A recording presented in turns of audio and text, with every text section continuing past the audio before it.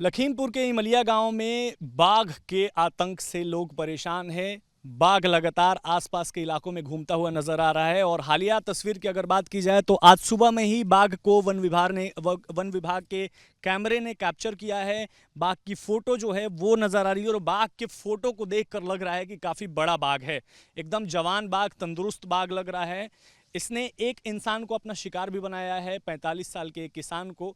हालांकि अभी तक जो है वो बाघ पकड़ा नहीं गया है, लेकिन मैं चाहूँगा एक बार आप तस्वीरें दिखाइए। देखिए, इस वक्त हम उसी लोकेशन पर हैं जहां से थोड़ी दूर पर ही बाघ को कैप्चर किया गया है और बाघ के मूवमेंट्स को ट्रेस किया गया है।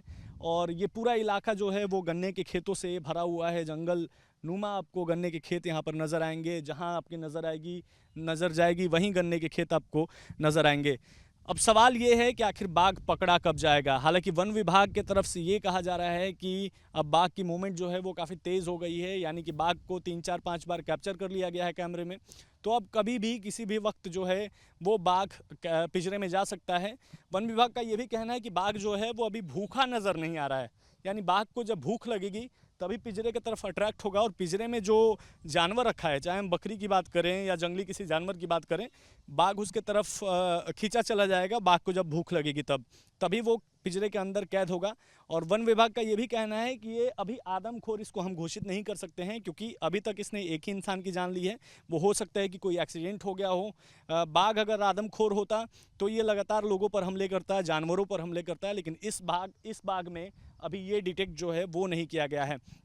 तो अब बस इंतज़ार यही है कि कब इन गन्ने के खेतों से उस बाघ को जो है वो जो वन विभाग है वो निकाले और पिंजरे में जो है वो डाले, ताकि गांव के जो लोग हैं वो आराम से चैन की सांस ले पाएँ, चैन की ज़िंदगी जो है वो जी पाएँ। लखीमपुर के इमलिया गांव में बाघ को लगातार खोजने की कोशिश यहाँ पर की जा रही है। देखिए, यहाँ डीएफओ साउथ भी हमारे साथ हैं। ये बताइए, अच्छा ठीक है, ये बताइए कि अभी आप गए थे अंदर निरीक्षण करने, क्या अपडेट्स हैं? 2-3 बार बाघ की इमेज जो है वो कैप्चर की गई। बाग का इमेज जो है हम लोग इसी एरिया में आसपास के 2-2.5 किलोमीटर परिधि है। लगभग पिछले 3 दिन में सुबह के टाइम दिखा जा रहा है।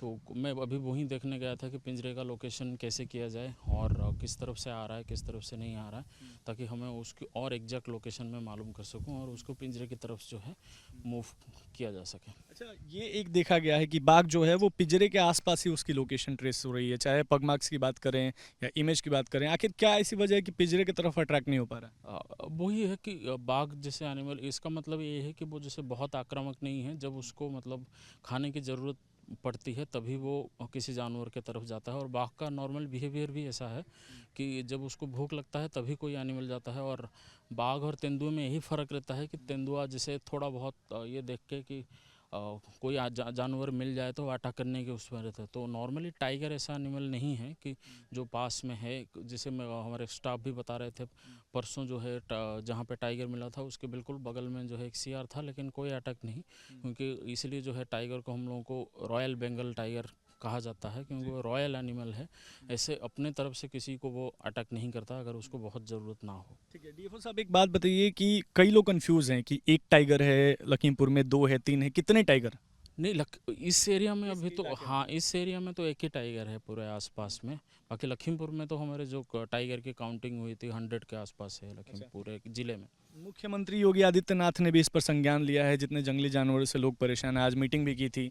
क्या कुछ खास निर्देश दिए गए हैं वन विभाग को? हाँ, यही है कि लोगों को जैसे ज़्यादा से ज़्यादा जागरूक किया जाए, और ताकि जो है हमारा मानव वन्यजीव संघर्ष है, क्योंकि हमेशा एक चैलेंज रहा है।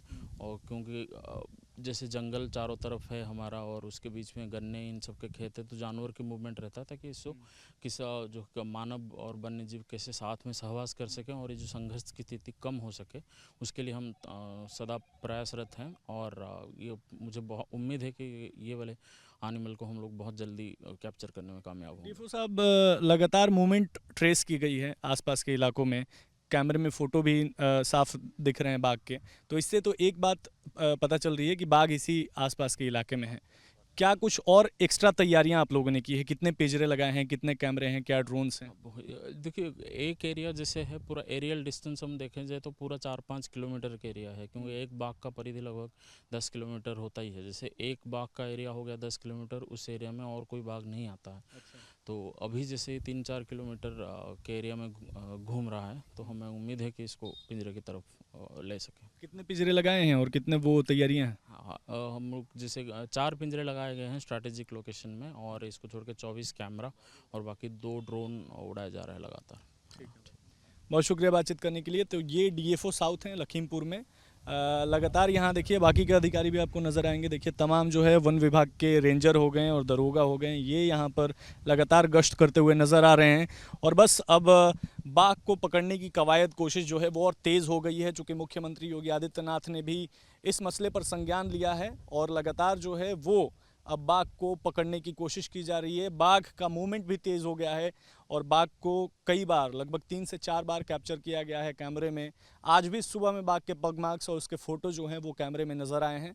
इसी वजह से डीएफओ लगातार ग्राउंड पर गश्त देते हुए नज़र आ रहे हैं और तैयारियां और तेज़ कर ली गई हैं। वीडियो जर्नलिस्ट राकेश रावत के साथ विशाल पांडे, न्यूज़ नेशन, लखीमपुर।